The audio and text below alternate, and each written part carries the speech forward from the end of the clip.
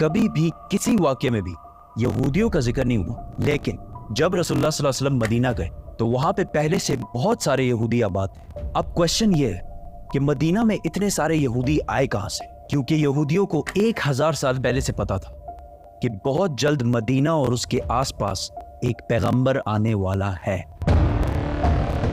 آج سے تقریباً 70 سال پہلے 3 عربی شیپھرڈز فلسطین کے پہاڑوں میں ابھی گھوم پھر رہے تھے کہ اچانک انہیں دور سے ایک پہاڑ میں ایک غار، ایک کیو دیکھا۔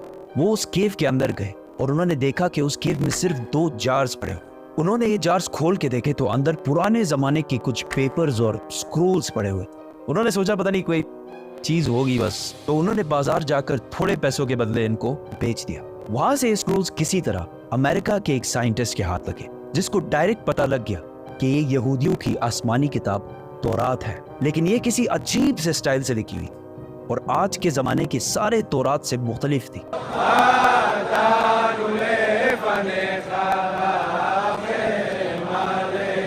تو اس سائنٹسٹ جان سی ٹریور نے ان پیپرز کو اس زمانے کے سب سے پرانے تورات جو 1800 سال پرانا تھا اس سے کمپیئر کیا، اور ان دونوں تورات کا سٹائل اور انداز بالکل ایک جیسے تھا۔ جس کاغذ پر یہ تورات لکھی ہوئی تھی اس سائنٹسٹ نے اس کی کاربن ڈیٹنگ کرائی کہ زیادہ سے زیادہ یہ کتنے پرانے زمانے کے ہو سکتے، تو پتہ چلا کہ یہ ایٹ لیسٹ 2200 سال پرانا کاغذ ہے جس پر یہ تورات لکھی ہوئی ہے، which means کہ یہ تورات جو فلسطین کے ایک غار میں ایک عام سے عربی شیپرڈ کو ملے تھے، یہ دنیا کے سب سے پرانے تورات میں سے ایک ہے۔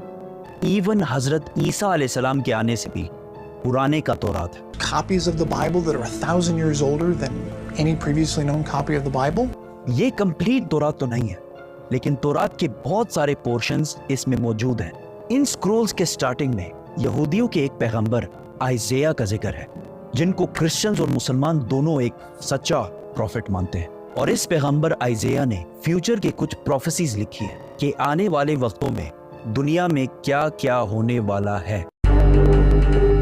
پہلی پروفیسی یہ تھی کہ بخت نصر بیبلون کا بہت طاقتور بادشاہ، جس نے ہزاروں سال پہلے یہودیوں کی بالکل ہٹلر کی طرح تباہی پھیر دی تھی۔ اس تورات کی پہلی پروفیسی یہ ہے کہ ابھی تو بخت نصر ہمارے اوپر بہت ظلم کر رہا ہے، لیکن بہت جلد ایک شخص اس کی حکومت کو تباہ و برباد کر دے اور یہودیوں کو ان کے علاقے میں واپس آباد کرے گا۔ یہ پروفیسی اس تورات سے بھی 300 سال پہلے پوری ہو چکی تھی، سائرس دی گریٹ کی شکل میں، جو ایران کا ایک بہت طاقتور بادشاہ تھا، جس کو آج بہت سارے ماڈرن اسلامک اسکالرز ذوالقرنین بھی سمجھتے ہیں۔ Actually he was Cyrus. He was the king of Persia. یہ بھی ایک بہت انٹرسٹنگ سٹوری ہے، تو سبسکرائب۔ اس تورات کی دوسری پروفیسی کی وجہ سے یہودی مدینہ میں آباد۔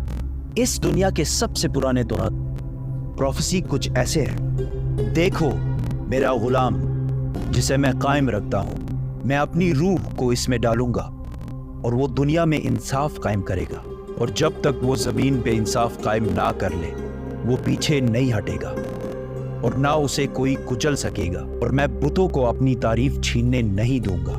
اور جن آبادیوں میں قیدار کے لوگ رہتے ہیں خوش ہو جائیں۔ قیدار اس کو یاد رکھیں۔ سیلا کے لوگ پہاڑ کے اوپر چڑھ کر چیخ چیخ کر خوشی کے نعرے لگائیں۔ Let them give glory to their Lord. Now, let's break this down. سب سے پہلے کہا گیا ہے کہ قیدار کے لوگ خوشیاں منائیں، تو اب یہ قیدار کون ہے اور کہاں ہے؟ قیدار ابراہیم علیہ السلام کے بیٹے اسماعیل علیہ السلام کے دوسرے بیٹے کا نام، اور اس قیدار کے بچوں نے عرب میں ایک بہت بڑی سلطنت قائم کی، اور رسول اللہ صلی اللہ علیہ وسلم بھی اسماعیل علیہ السلام کے اس بیٹے قیدار کی نسل میں سے۔ دوسرا ذکر ہے بتوں کا۔ اس زمانے میں سب سے زیادہ بتوں کی عبادت عرب میں کی جاتی تھی۔ اب اس سے یہ تو کلیئر ہے کہ پیغمبر عرب میں آئے گا۔ پروفٹ آئزیہ نے تورات میں دوسری پروفیسی یہ کی تھی کہ سیلا کے لوگ پہاڑ پر چڑھ کر زور زور سے خوشی کے نعرے لگائیں۔ یہ سیلا لفظ SELA آج بھی تورات میں اسی طرح لکھا جاتا ہے۔ اب یہ سیلا عرب میں کدھر ہے؟ This is very interesting. میری بات نہ مانیں، گوگل میپس تو سب کے پاس ہوتا ہے۔ گوگل میپس پر لکھیں سیلا عرب اور سرچ دبائیں۔ آپ سیدھا اس پہاڑ کی لوکیشن پر پہنچیں گے۔ یہ پہاڑ آج بھی مدینہ میں ہے، اور صرف مدینہ میں ہی نہیں بلکہ مسجد نبوی کا سب سے نزدیک پہاڑ یہی سیلا پہاڑ ہے۔ مسجد نبوی سے یہ پہاڑ صرف 500 میٹر دور ہے، کلومیٹر بھی نہیں، میٹر۔ تو تورات میں سیلا کے لوگوں کو کہا گیا ہے کہ پہاڑ پر چڑھو اور خوشی کے نعرے لگاؤ، کیونکہ تمہارے پاس ایک ایسا شخص آنے والا ہے جو پوری دنیا میں انصاف قائم کرے۔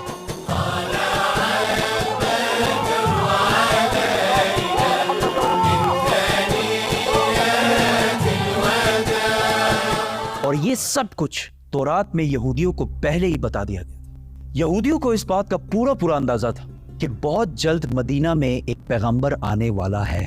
تو آہستہ آہستہ بہت سارے یہودی فلسطین سے مدینہ اور اس کے آس پاس شفٹ ہونا شروع ہوئے کہ کاش ہم اس پیغمبر سے مل سکیں۔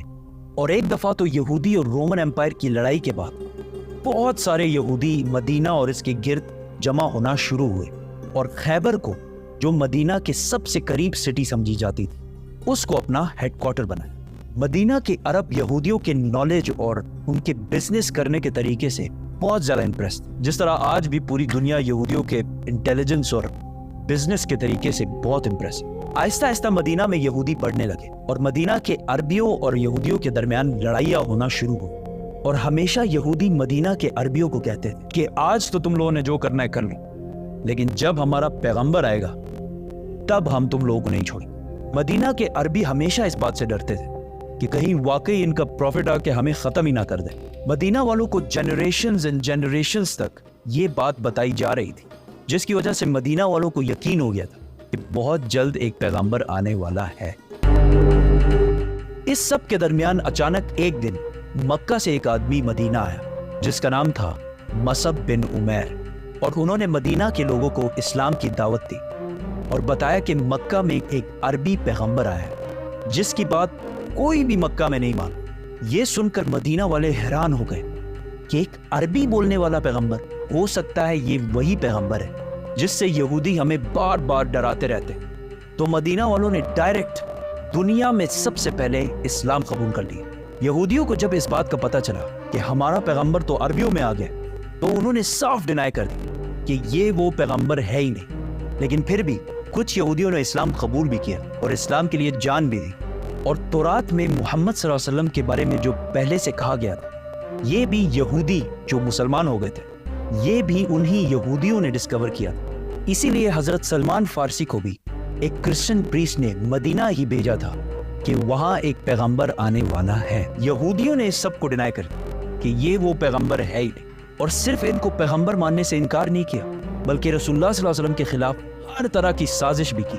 لیکن یہودیوں کی طاقت خیبر کی جنگ کے بعد پورے عرب میں ہمیشہ کے لیے ختم کر دی، اور وہ سارا مال جو یہودیوں نے ہنڈریڈز آف ایئرز میں جمع کیا تھا، سارا مسلمانوں کو مل گیا۔